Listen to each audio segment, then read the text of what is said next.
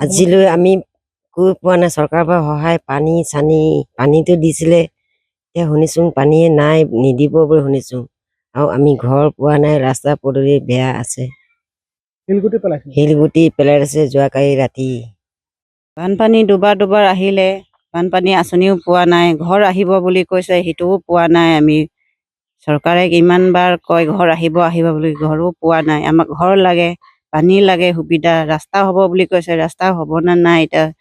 পথৰটো গিৰাই থৈছে দুবাৰ বানপানী গুচি গ'ল ইমান পানী ডুবিছে আঁচনি পোৱাই নাই আমি যোনে পাব লাগে সেইটো নেপায় যোনে নেপায় সেই পাইছে আমাৰ ইয়াত মূলাংখামতি সেইটোৱে মোৰ অৰুণোদ